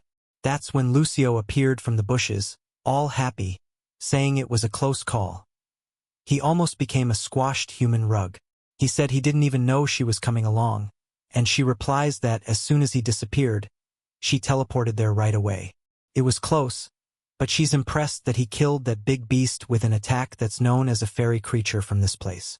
That's when Raiden, all trembling, says he wasn't the one who finished it. Then, someone behind him says that he was. He hadn't noticed that there were other creatures besides the wild boar in that area. Man, why is this old man showing off a glowing abdomen? I don't know, but Raiden, like us, thinks this guy is weird. And they comment about there being a human and a nymph in that place. The boy just observed that the top was human and the bottom was a horse. That's when the phone goes off and warns him that he's arrived at his destination. Whoever this maniac is, he's the client of the day. The old man then says that few people get to this place and asks who they are. Lucio, as soon as she sees that it's a centaur with a missing leg, calls our boy and says she thinks she knows who it is. There was Jason, who was the leader of the Argonauts. Achilles, who was the hero of the Trojan War, the strongest warrior of all, who led Olympus to victory against the giants, known as Hercules. All three of these were trained by him, known as Chiron, the mentor of the great heroes. The guy starts drawing his bow, asking if she dared to say Hercules' name right there, immediately firing an arrow, asking if they don't know the difficulties he went through because of that idiot. Raiden tries to explain that he's not there because of Hercules, but was sent by Hephaestus. With that, Chiron seems to calm down and suddenly starts firing a bunch of arrows, saying they're thinking he's an idiot. Luckily, our boy's outfit makes him dodge, but the forest seems to be swept away. Sometime later, at Chiron's house, they're on the floor, and he says that now he's explained how to get there. Chiron finds it interesting. He knows that Hephaestus wouldn't casually say his name to just anyone. The problem is that no matter how he looks at this guy, there's nothing about him that indicates he's a hero. But on the other hand, he was accompanied by a nymph. Not even very celebrated heroes manage to have an ally like that. Meanwhile, Raiden's asking Lucio why this guy doesn't believe him if they've already explained everything. She replies that she has no idea, especially since she's heard that this person was a kind soul. That's when Chiron says that he's decided he's going to start believing in the two of them. They celebrate, saying that's great. The old man asks if it's true that they can get anything. Our boy says almost anything, and with that, Chiron decides to give the boy a chance. He takes an empty container and says that if he goes north, he'll find a massive lake. He's supposed to go there and collect some saliva from the idiot who lives there. Our boy takes the pot, but is startled by this saliva business. The guy wasn't wanting him to fill this pot with saliva of something. Chiron says that's exactly what he wants and asks if the boy has a problem. Our boy imagines that this is an invasion of privacy, but already leaves, saying they'll resolve it quickly. Obviously, he couldn't miss the chance to earn some money. Chiron's thinking that the boy is an idiot to be going to that place without even worrying about the dangers that are nearby, but at the same time, it's the perfect way to find out if he's trustworthy or not. If he manages to do that, then the next mission would be the icy mountain, which is impossible for humans. But he's sure that the boy won't even get to the cave. But it was at that moment that our boy activated the suit and jumped into the sky. The guy was standing there dumbfounded while our boy went flying with Lucio in his arms. From using this outfit so much, he's already getting used to the effects and will be able to maintain the speed to get to the cave at once. The climb is quick, and in the next second he's already face to face with the cave. He turns off the suit, and they have 32 seconds saved. Lucio, on the other hand, is all twisted, almost throwing up. The two of them then go into the cave. He says that now that they've arrived there, they're going to collect the saliva. The problem is that they walked and weren't finding anything. He sees that she was sweating cold and starts to get worried about it. Lucio, all twisted, says that she's a mega elite, incredible, and would never be afraid of anything. But suddenly, they hear the sound of a drop, and right away she gets startled and screams. He tells her to calm down, that it was just a drop, as if they were going to see a monster at a time like that. That's when he feels something passing by. Looking to the side, he sees a snake with about 36 heads, probably the famous Hydra. Good thing it won't be difficult to find where to get the saliva from. Bad thing is that it's strong as hell. Back with Chiron, he wondered how far this boy went. He thought he was just any mortal, so he couldn't imagine that the boy had these abilities. But even having this trick, it wasn't impossible for him to climb so fast. That's when he sees that the boy had already left a crater from where he jumped. He activates a power, saying that apparently the guy really got to the cave. With that, he prepares to take a leap, but the paw has an injury. Even so, he manages to make the jump, saying that it would be crazy if that boy had entered that place alone, especially since that was the home of an immortal monster. Our Raiden, on the other hand, is smiling graciously. Or not so much, because he knows that the chance of dying is very high. A second later, he's already running with Lucio in his arms, saying that that damn Chiron is just fooling around. Sometime later, the Hydra was looking to the sides, looking for the boy who was hiding in a rock, saying that now he'd have to wait for the beast to sleep. But Lucio was there, trembling, saying that she knows about that snake of countless heads. The scary creature in front of them was a Hydra. She asks why he accepted something like that from Chiron, who replies that it's not his fault. As if he was going to accept if he knew that was the monster. The way that damn centaur spoke fooled him completely. If he at least had the helmet, he would have a chance. But at that moment, he's trapped there completely. That's when a little window appears, saying that in case of emergencies, he can use the teleport service. It's not a teleport for him, but he can spend 5,000 points to transport items that he bought in the store to the current location. The problem is that 5,000 coins costs 35,000. He bought that replica of the helmet for 800 points, so that's a mega ripoff. The problem is that he doesn't have much of a choice, since life is much more important than that. He spends 5,000 coins and the helmet comes to his hand. Lucio's impressed that it materialized out of nowhere, and he says that what dematerialized was his money. He puts on the damn helmet and says that this Hydra better open its mouth. With that, he starts walking in the direction of it, but Lucio asks if he's going crazy, warning the boy that the exit was on the other side. He says that he knows very well but is going to solve it because she says that that wasn't a baby, but a real monster. The Hydra was the daughter of a god, and its venom is so dangerous that even the gods of Olympus fear it. Our boy says that this Typhon guy, who's her father, really ventures out a lot to have an ugly daughter like that. She tells him to stop with the jokes and warns that the Hydra is on a completely different level than the Sphinx. But he tells her to relax and wait for him at the entrance, that it'll work out. Lucio gets angry and then leaves, saying that she hopes that the Hydra's venom burns his entire skin. The poor guy's thinking there that she didn't need to take it so hard on the curse. But now it was time to deal with this creature. Already with the effect activated, he starts walking in the direction of it. It seemed to be sleeping, even with its eyes open, with venom falling. With that, he opens the pot and goes to collect. Seeing the stuff touch the ground and melt, he realizes that anything will be destroyed by it. He has no idea why Chiron wants something like that, but that amount should be enough for the giant monster that's in front of him. He better be paid very well for this. That's when suddenly the entire cave starts to shake. The ceiling seemed to be falling. He had no idea what was happening. An earthquake was shaking the entire cave, and the worst part is that he dropped the pot. You're screwed now, my friend. He was with his hand on the Hydra's eye, wondering how he's going to steal saliva now. The monster seemed to be staring at him. Right away he screamed, but it was actually a mental scream. He didn't say anything. With that, he covered his mouth, saying that as long as he's with the helmet and keeps calm, there's nothing to fear. That's when someone asks what's happening there. A voice says that it's smelling decaying flesh from the spirits of the underworld.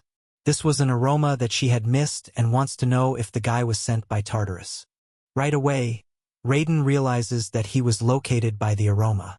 The voice tells him not to be afraid, that she knows very well that he's using the helm of Hades that hides his presence. Our boy sees that now there's no way to hide his voice, so he wants to know why he went there to find her, sweating cold. Raiden knows that there's no way he can say that he's there to steal saliva. The snakes are asking why he went there, and another head says that apparently he was sent by Hades. They start arguing with each other. Then the voice asks why the boy doesn't say anything. It was good that he didn't go there to wake her up for no reason. That's when our boy says that he's just there to take a look at her. He takes off the helmet and saying that he came from Tartarus to see how she is. The girl seems to be surprised by that. Then she warns that apparently he must have been sent by Cerberus. He says yes, that's exactly who sent him. All twisted, he says that Cerberus sent word that he hasn't seen her in a while and was wondering how she was. Hydra replies that she never imagined that that jerk would want to know how his older sister is after more than 1,000 years without talking to each other. She didn't think that day would come.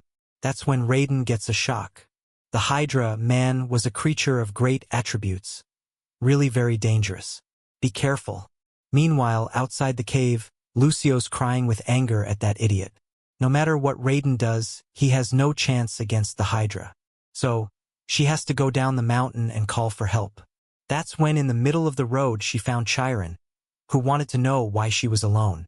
Right away she warned that Raiden was facing the Hydra. He puts his hand on his face, saying that he didn't imagine that the boy would get to the end of the cave. She asks for help, but he says that even him, a divine creature, has no chance against that. She wants to know what they're going to do, while Chiron's just thinking that he should have sent the boy home instead of wanting to test him. He lets out a sigh and asks her to show him the way. She asks if he's sure, who replies that there's no way he's going to let the boy die like that because of him. Okay, here's the translated text, adjusted for natural English phrasing and clarity. Meanwhile, back in the cave, our boy was astonished. He never imagined the Hydra could possess a human form. The Hydra responds that he seems startled by her appearance. She hasn't been able to assume her true form since she was trapped here. Not even her brother has ever seen it, so it's normal he finds it strange. Radium thinks to himself that when she says, brother, she must be referring to those radiant brains. The Hydra asks him to tell her how her little brother is doing, because she misses him a lot. He just says her brother is doing very, very well. He gets to eat 3 times a day, is working hard, and is happy with his progress. Obviously, he's not going to reveal that Cerberus has become Persephone's pet. The Hydra smiles and says she's relieved to hear that. Radium then says goodbye, explaining that now that his job is done, he's heading back. But then, She tells him to stop and Radium freezes. She then says that if he came all the way there because of her little brother, he can't leave empty-handed. Radium's body can barely move. He turns awkwardly, saying that she doesn't need to worry about something like that. But she wags her tongue playfully, saying that she insists. She turns and tells him to take the scale with the different color that's on her back. Our boy is confused, unsure why she wants him to take something like that, but she just tells him not to worry, that her scales possess magical powers that will help him on his journey. He figures it's something like that strand of hair that Wong gave him. He perks up, saying that if that's the case, he's not going to refuse such a thing. However, he's afraid of being turned to stone. To guarantee his safety, he activates the Traja for a second and rips the scale off her back. The problem is, the Traja isn't very good for short movements. He ended up tearing a chunk of her skin off. He's there, happy with the crystal in his hands, but the Hydra is clearly in pain underneath. She congratulates him, saying that she thinks the boy is trying his luck, but since that's the case, she won't refuse him. The guy is already calling for a confrontation. Our boy gets up awkwardly, saying it was an accident, and Khan is trembling, wanting to know how this happened. He shouts, asking if the boy had defeated the Hydra. From Centaur's point of view, our boy was exuding an aura, while the Hydra was lying on the ground, defeated. Lucio was happily on Khan's back, hugging her boy, saying she's happy he's alive. He goes to her and tells her to stay outside because it's dangerous, but she says she was scared. While they're arguing, the guy can't believe that a human defeated the Hydra, which even Hercules had difficulty with. Indeed, Hephaestus had sent a formidable person. Our boy turns and apologizes to the Hydra, saying that they are making a mess of her place. She says it's okay and asks if the nymph belongs to the boy. He says no, she's more like a kid from the neighborhood. The Hydra smiles, saying that this relationship between the two is very intriguing. She then looks at Karen and says that it's been a while since they've seen each other. Indeed, he had aged a lot, and not even the immortal body he possesses can overcome time, or perhaps it was the effect of her venom starting to kill him. Radium is confused and wonders if something happened between the two, to which Lucio replies that he apparently doesn't know anything. The story of the two is well known. The story involved Hercules, an arrow bathed in Hydra venom, and the end of Chiron's immortality. But it was all an accident on the battlefield. Numerous centaurs are dead on the ground. One of them was Charon with an arrow wound in his leg.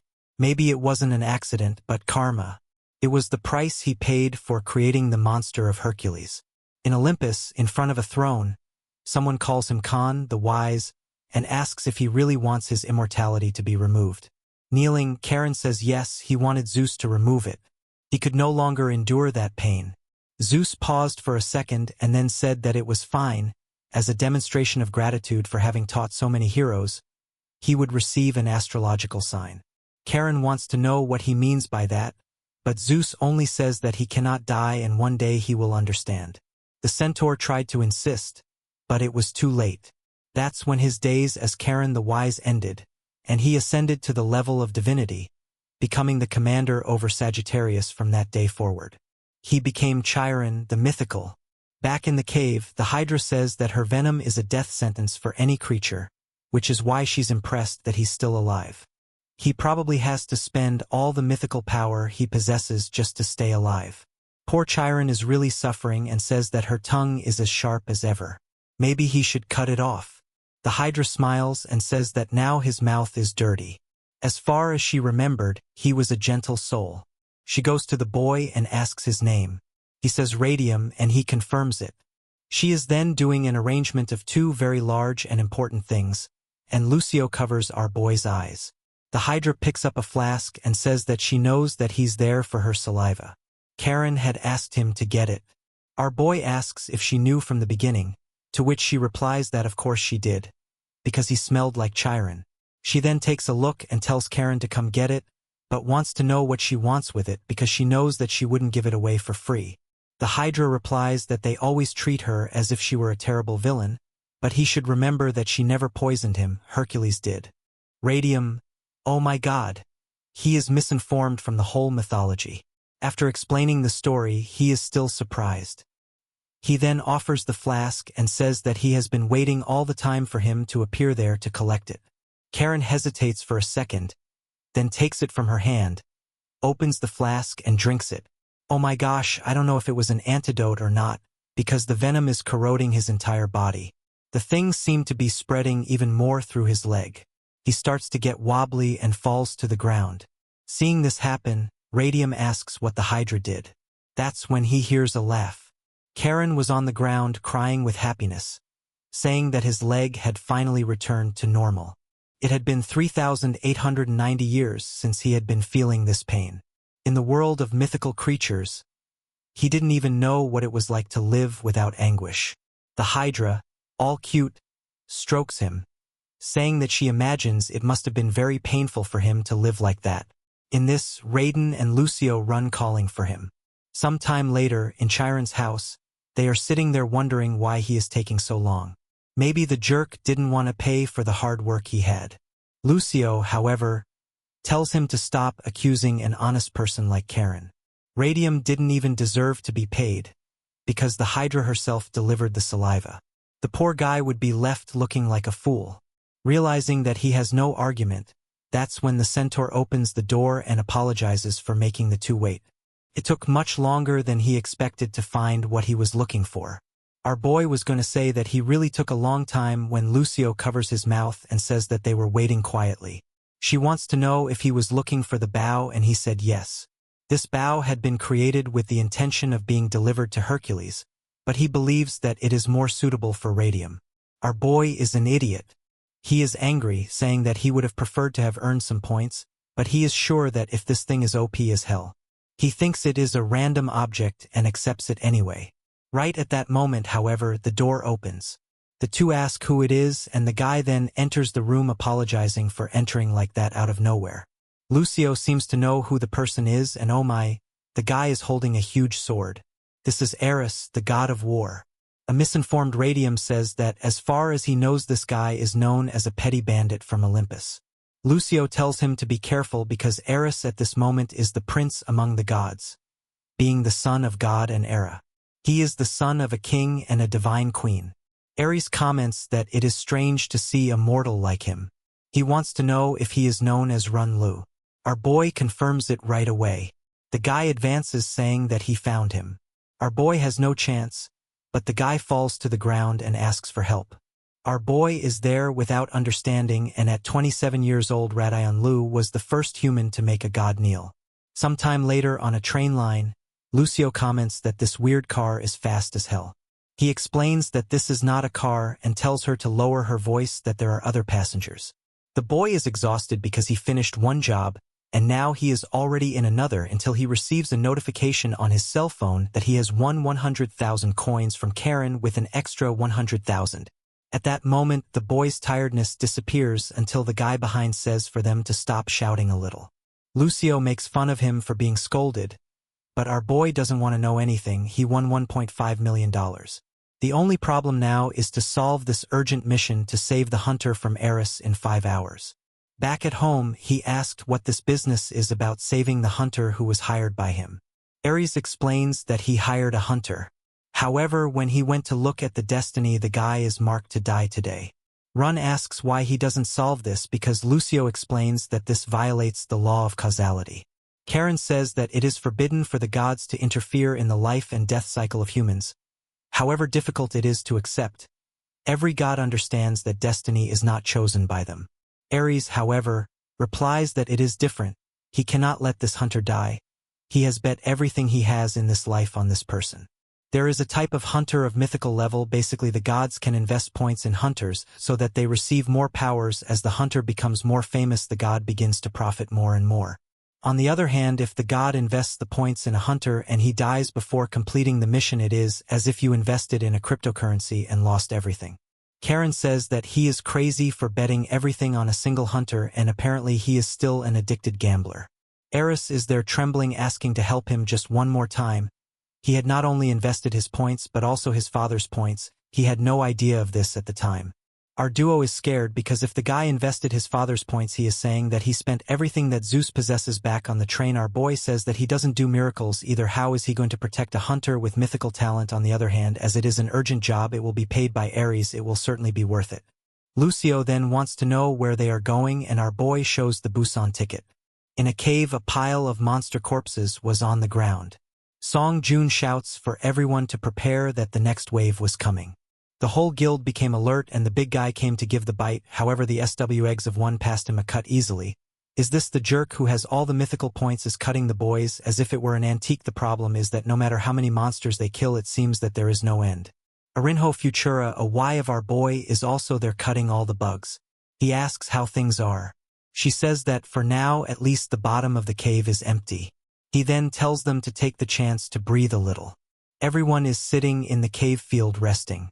The leader wants to know how far they are from the boss, and the guy says that they will see the door soon. By the time they were having difficulty, it was impressive that they reached this point using half the time that people usually spend.